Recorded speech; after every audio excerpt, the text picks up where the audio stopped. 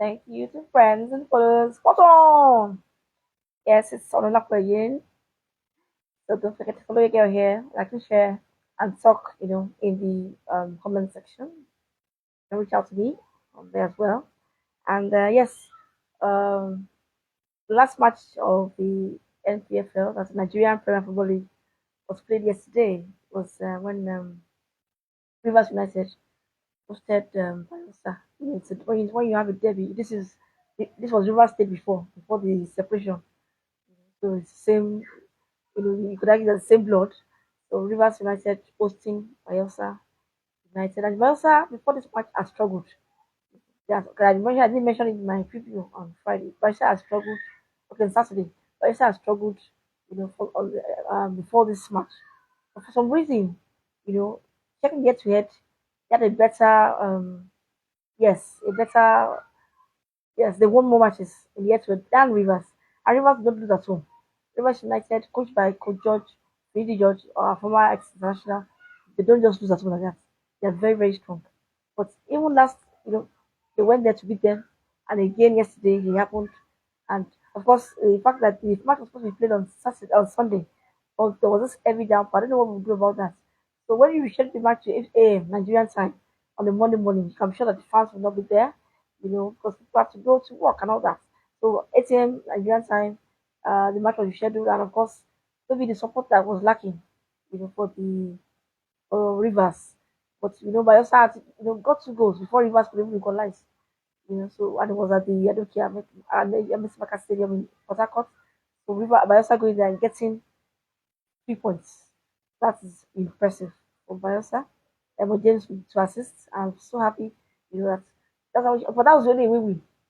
That was the only win this past weekend. And I was wondering, before we heard what happened in Kano about the league, the fighting and the encroachment by the fans. And when I saw it, and I just remember that, exactly what happened. Shooting Stars, their fans did the same thing, to Ikoro City.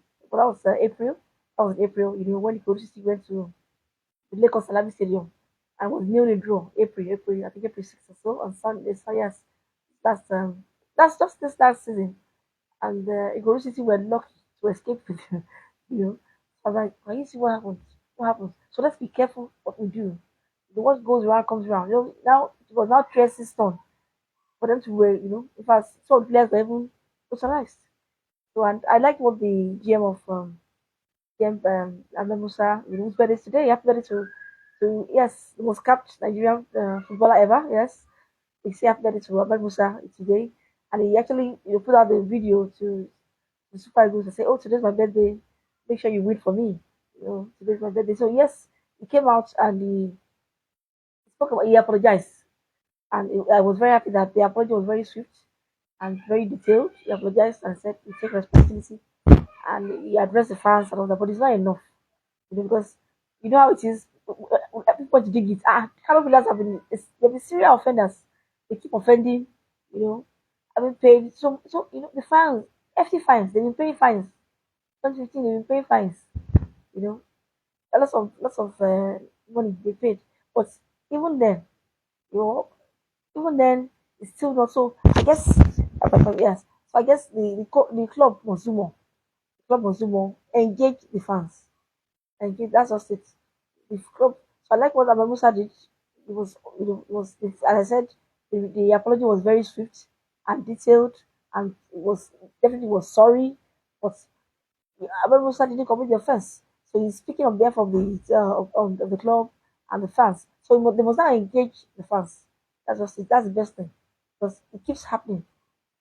Yes, the fans have to be engaged, as I said. Let them know the implication. Yes, the MPFL came up, if I would less than 24 hours with the punishment. I've never seen that kind of punishment, you know, almost 7 naira and fine and all that. And the fact that they are banished from the stadium in Kano.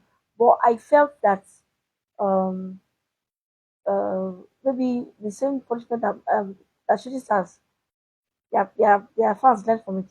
So that instead of closing down the stadium in Kano, I think playing behind closed doors, banning the fans, better. Because Katsina Yes, yes, they're near each other, so the fans can easily travel. They can easily travel from Kano to Katsina to watch the match.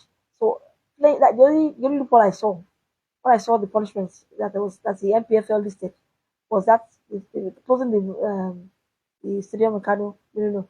They would have just said let the team play behind closed doors. Okay, and for I don't know how many weeks. Let them play behind closed doors, maybe for 6 weeks. You know. By the time the fans don't have access, next time they need to behave themselves because he worked in Ibadan, at Lake Conservative Stadium. Then that must he worked, playing behind closed doors. We work better than saying they should go to Casina. Casina have their own team. Okay, so what happens? Casina wants to play, Kano wants to play, and most of the times the matches are at the same time.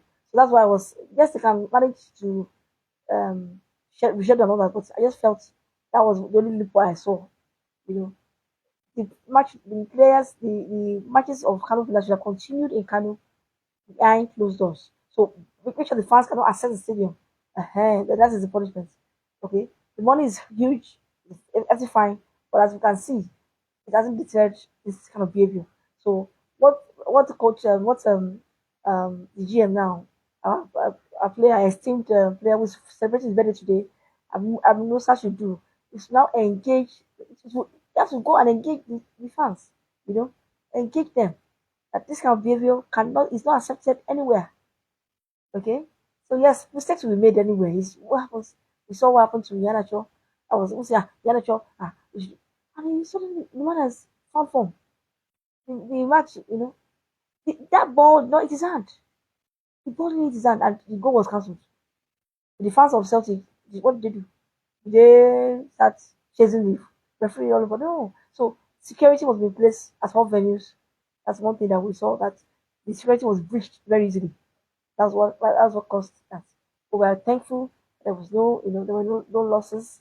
That would have, but we can't afford that kind of behavior because the world is watching us here in the MPFL, and that's why also the match. That's why United, when they also said the Enugu Rangers, fine, Enugu Rangers scored first, but that controversial penalty, we thought that those kind of things were leaving us. Those kind of things were leaving us. We thought that was what we thought. We thought that we were not having those kind of things. So I was surprised again when the penalty was controversial, and as Yusuf, the top scorer last season, started it all, and that began the revival, and they eventually won against Enugu Rangers. So in the end, if not for the Bayelsa win against Rivers, there would have been no win away. Okay, I'm not saying Rangers would have gone out to win. We don't know what would have happened, but that penalty was a bit controversial. I wanted to. That's why of course I'm still chopping. They won away. This one they won in their own stadium anyway. But we just want, fair play. Referees and officials must be. I've been giving that say it on this show. I have a duty of care to ensure that there is equity.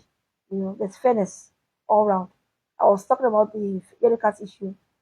It may count now as Nigeria and Benin and South Africa. It may go down to the discipline.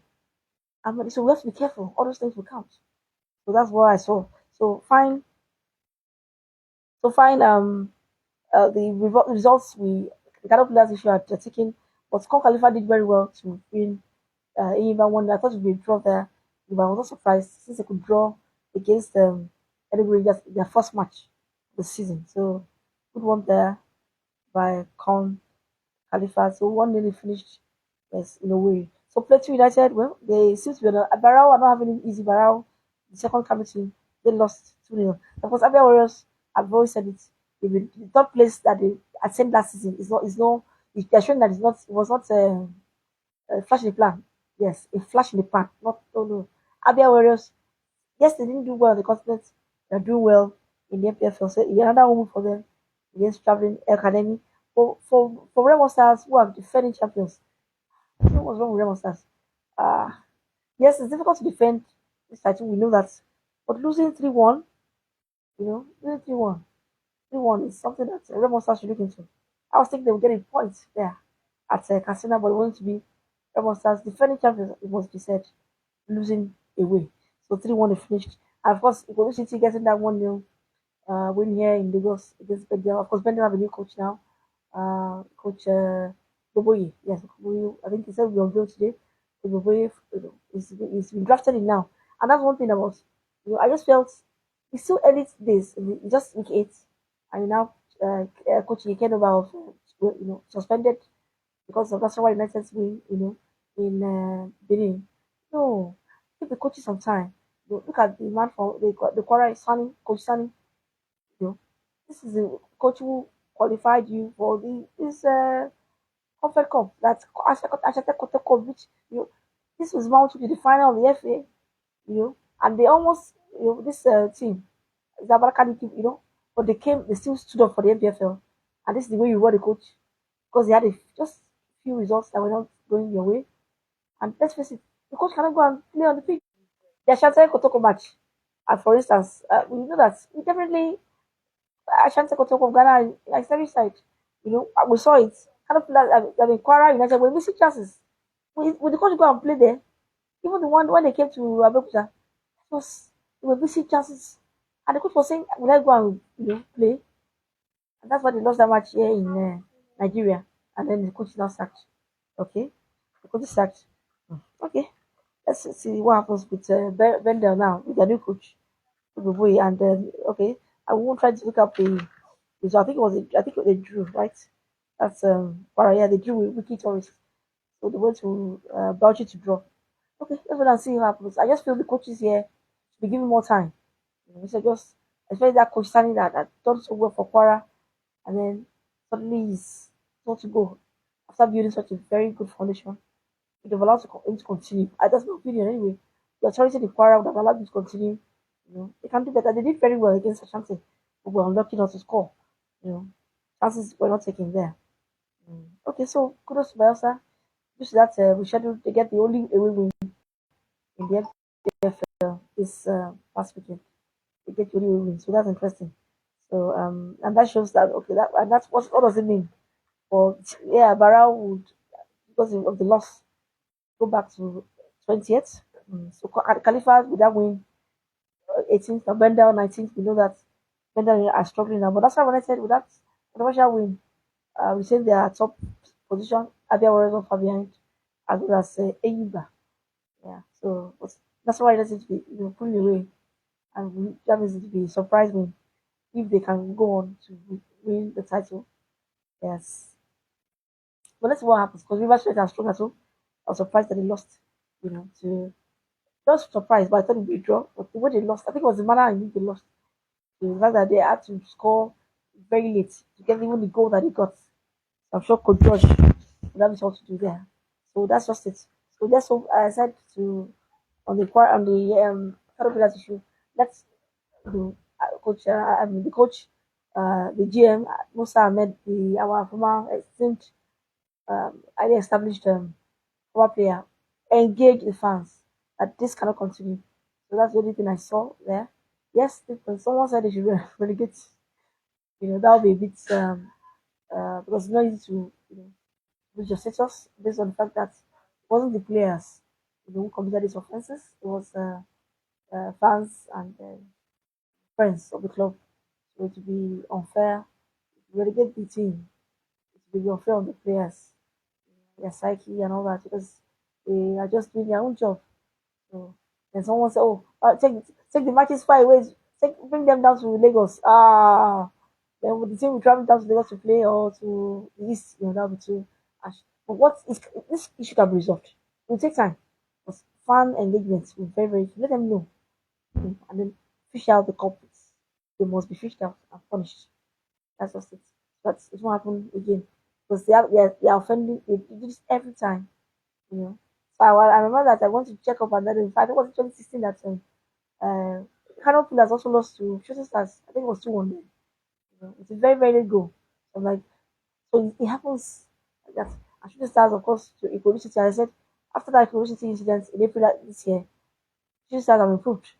So I hope that all teams can improve. And I hope that the punishment, and I know they can appeal, they will appeal, of course. They will appeal, and let's see what will happen at the end. So that's the NPFL roundup, and I really do hope that we have a change of heart to our fans. It's very important. You can't win every time. That's just it. And decisions will go, especially when it's over here. keep, things like that will happen. Marginal calls, you know. But let's just take it in good faith, and it's part of the game. It will keep happening, you know. Keep happening. How many minutes? I keep saying those in England, 10 minutes, but why? So these things will happen. So how do we manage it? Let's manage our emotions. It's emotional football, sports generally. So let's make it work. Okay? It's fair play and it should be we should show good example. Fair from this side of the divide. So I'll see you in the next video. Don't forget to follow your girl here, like and share.